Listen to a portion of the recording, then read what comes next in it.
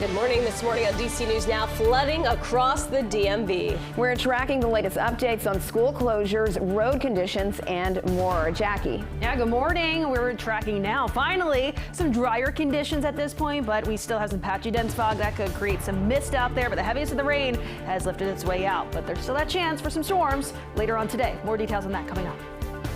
And details on a double shooting in the district. Detectives still on the hunt for the suspect. And we're checking in on the railways after a massive fire interrupting travel from DC to Baltimore. Coming up, which trains are set to leave the station on time this morning. You're watching the station covering all of the DMV.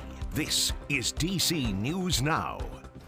Well, good morning and thanks for starting your Wednesday with us here on DC News Now. I'm Tanaya Wright. And good morning, I'm Shanika Grimshaw. I will be tracking your commute this morning. But first, we want to talk about how it's going to look and how the roads are going to be. I know, Jackie, that it's probably still slick in certain parts of the area. Yeah, exactly. And I mean, thankfully, the heaviest of the rainfall has since lifted its way out. So at least now we're just dealing with the patchy dense fog and also slick spots because of all the rainfall we had over the last 24 hours. Let's talk about the radar over the last 3 hours. We've been dealing with some of those heavier thunderstorms off towards the Baltimore metro area. Those have since lifted their way out into southeastern Pennsylvania. Across our area, the radar continuing to fade away. So if anything, we're looking at some mist, more so associated with that patchy dense fog that has reduced visibility down about 3 miles or less for a good chunk of the region, including DC, including Northern Virginia. So much of the DC metro area dealing with that lower visibility, and that's not ideal, especially when we're talking about some flood alerts that are still in effect this morning, and likely some of these flood warnings that are associated with some of those local rivers and streams that are running quite high.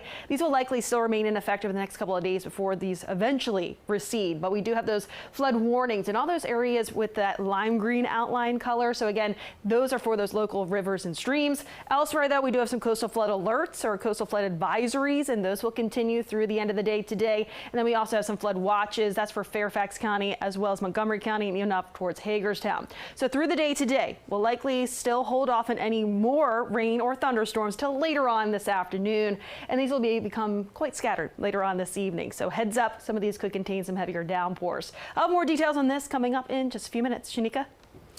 All right, Jackie, thank you. So we are looking at the roads this morning. So as we were mentioning, you will see some slick spots out there. Definitely take it easy. We are looking at 395 heading both north and southbound. This is past Duke Street. Now you are going to see just delays in certain parts of our area. That's in the later hours of the morning. You're only in the top of the 6 o'clock. So you're not seeing much happening. But again, you can still see those rain droplets out there on the live traffic camera. So again, we do have some tree downs and some closures because of that. We're looking at Kensington. We have a road closure off of Beach Drive and Cedar Lane near Knowles Avenue. You are going to find another tree down off of GW Parkway right near 123. We also have a crash, and that's in Lorton off of 95 heading northbound, right between Lorton and Fairfax County Parkway. So do watch for delays in that area. We do have 3 lanes blocked. And with yesterday's heavy rain, more rain coming in the coming days, several areas across the region remain under some type of flood advisory. Yeah, Maryland Governor Wes Moore asking people to remain vigilant. Our Jan-Marie Sase live at the Georgetown waterfront this morning. So Jan-Marie, what are the conditions like right now?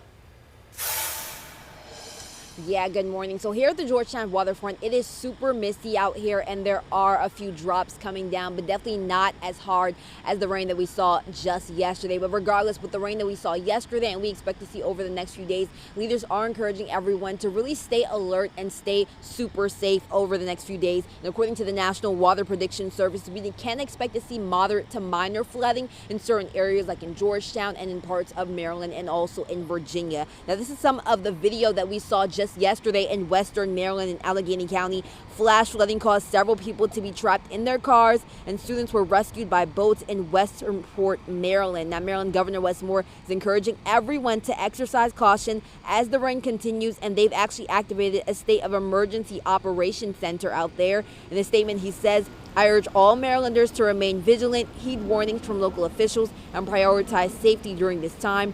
If you don't have to go out, please do not go out. Stay off roads if possible and heed any evacuation orders. Now, we also can expect to see more rain. You also want to make sure that you are practicing safety as you're heading out the door. So if you are driving, you want to make sure that your tires are in good condition. Slow down. Make sure to give some space between your car and the vehicle in front of you. Also be aware of hydroplaning. And if you see standing water, turn around, don't drown. And it's best to avoid those areas completely if you can. And also, don't forget to use your headlights all day at all times throughout the day. Now, we're going to continue to monitor the weather out here. Again, right now in the Georgetown area, pretty misty. The rain coming down is not heavy at all right now, so you honestly should be good to go. But again, as Jackie mentioned, we do expect to see more rain later on today and also throughout the next few days. We're now reporting live in Georgetown. I'm Yamarie Sase, DC News Now. Yeah, definitely be safe out there. Yamarie, thank you. Turning now to Northern Virginia, the search for a 12-year-old boy is set to resume this morning. He was swept away by floodwaters last night in Albemarle County, which is west of Richmond near Charlottesville. We're told the boy was walking outside when he was caught by rushing water from a nearby creek that spilled over and flooded the road. First responders say they spent more than 3 hours searching for the boy, but had to stop for the night because of low visibility. And developing news out of Northwest DC, a man is in the hospital this morning after a major crash at the intersection of Connecticut Avenue and 17th Street near Farragut Square. You can see the vehicle completely on its side right there on your screen. Officials say he's in serious condition. This is a developing story, and we'll be bringing you the latest details as we learn more. And one person is dead, another injured after a double shooting at a restaurant in Southeast. Now, this happened inside America's Best Wings off Benning Road, just off East Capitol. Now, police say a suspect shot 2 people just after 5 o'clock last night. Another man injured, but we're told they are expected to survive. They do believe the suspect is either in his late teens or early 20s. Police are now working to figure this out, exactly why this happened and who is responsible. So we don't know what led to the shooting, but it appears to us that both victim and suspect were familiar to each other. MPD is offering a $25,000 reward for information leading to an arrest.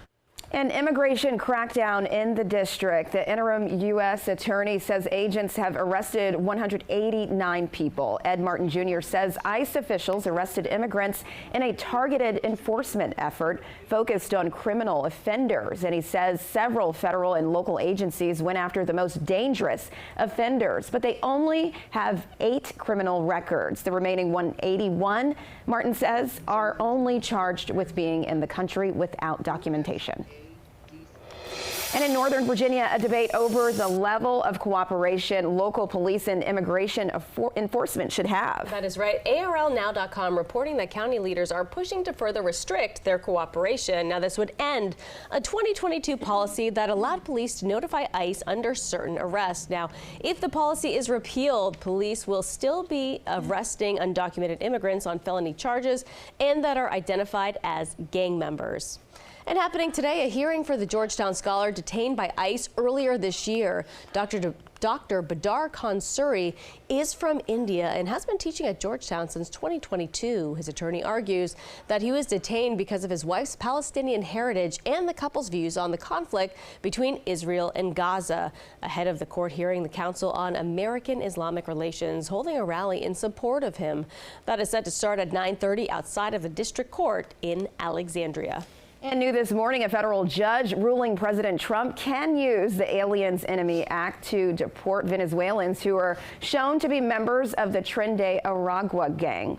That act has historically been used to deport or detain immigrants during times of war. Yesterday's ruling is the first time a federal judge has signed off on Trump's claims of the Venezuelan gang as a terrorist organization. The people accused of being a part of that gang are being sent to the CICOT prison in El Salvador. The United Nations is now sounding the alarm on these deportations, calling them a human rights concern.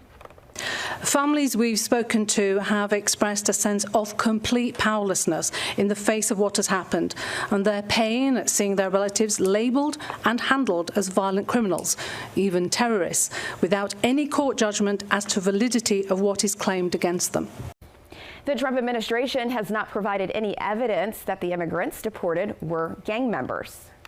And meantime, there's been a drop in violent crime in the district. The latest report from police shows robberies are down 24%, and there's a 17% drop in homicides. Assaults with dangerous weapons are down 14%, and this is all from last year. All right, 6:09 now. Crews say a fire near the rail corridor in Baltimore has been contained. Now, Amtrak was forced to cancel several trains yesterday because of these dangerous conditions. So take a look at these intense flames from that warehouse fire. More than 200 firefighters battled the flames for hours on Monday night into Tuesday morning. And there were also several MARC, Penn Line, and Amtrak trains forced to suspend some trips between Baltimore and the district yesterday morning. Now, it left a lot of travelers frustrated and stranded. Really stressful thing because you're trying to get to work, and I work in Odenton, so taking an Uber from Union Station to Odenton is out the question. And all customers affected were accommodated. For the latest on the Amtrak cancellations and delays, make sure you visit our website, dcnewsnow.com. All right, an international getaway for the Washington Commanders. The team is going to Spain. Yeah, that's exciting. In the fall, the Burgundy and Gold will be taking on the Miami Dolphins in Madrid, and this will be the first NFL regular season game ever played in Spain. And the Commanders' second ever international game. It will be Week 11 game set for Sunday, November 16th. The entire regular season schedule will be released later today.